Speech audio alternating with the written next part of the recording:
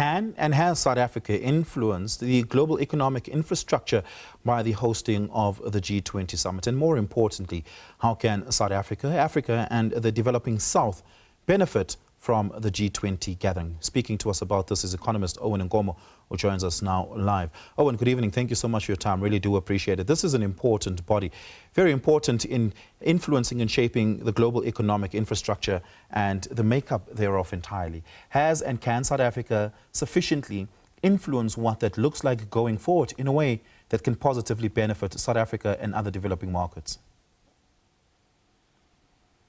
Thank you for having me tonight. I think that South Africa can do, we can do our best to influence, some of the global partners that are part of the G20, which is now being termed the G16, because some people didn't come to the summit, but they've sent representatives outside of America who've just not sent anyone at all to come through and represent them.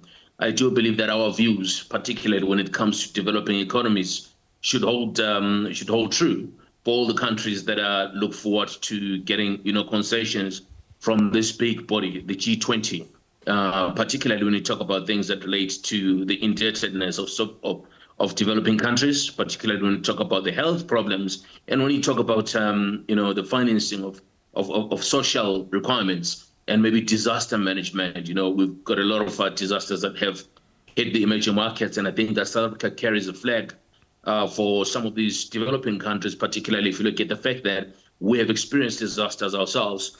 Outside of COVID, we have experienced huge flooding in KZN over the past few years. And so there is a need to put together a package or a conversation that says, how does Africa get to benefit from this? And I think South Africa is the right mouthpiece to talk on behalf of the rest of the continent. Yeah, we've seen the last year or so a global onslaught on free trade and fair trade, really, by US President Donald Trump, who conveniently for him will not be participating in this, not even sending a representative. But more importantly, we've seen the earthquake that sent through the entire world where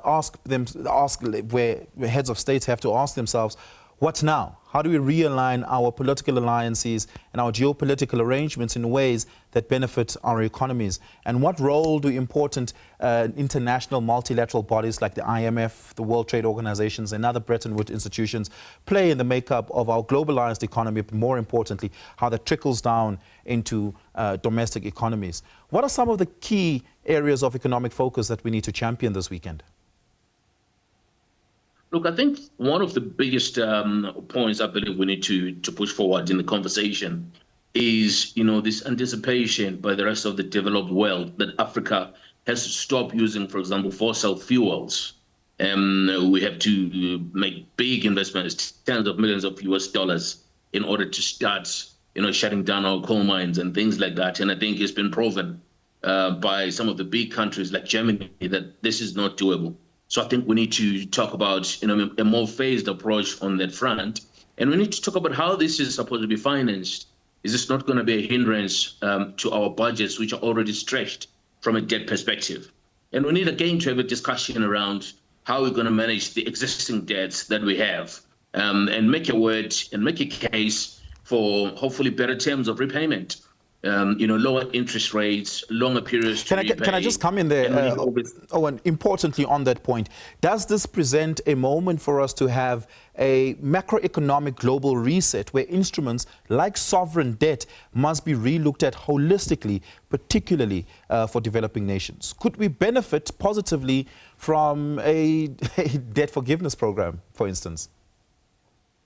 Oh, definitely. A debt forgiveness program will be very welcome. But I think that at the moment, because everyone has got financial challenges, and America, big daddy in the house, is very selfish at the table. They are not willing to give away any scruples. So I think that the best we might get away with is maybe renegotiating some of these terms.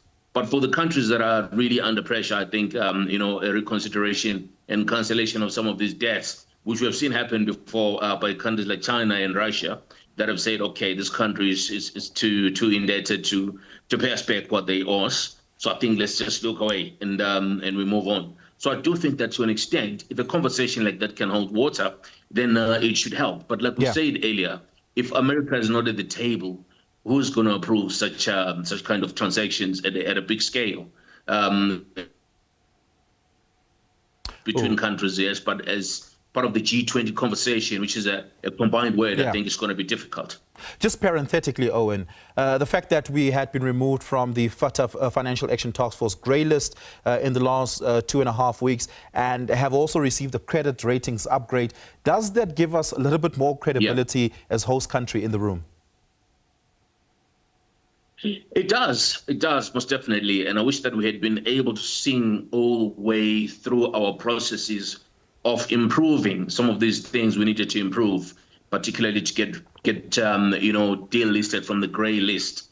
And I think if we had been improving our economy in the manner we have, the tightening some of our fiscal policies and making sure that we're starting to see a broader budget surplus going forward. And with our numbers that really look very promising from the current budget, I wish we had been advertising that more to players outside the country that can give us funding at more favorable terms. And I think this will happen. And as this happens, I do think that we should see the currency firm up, definitely. And we've seen it happen already. And I think that's a positive thing.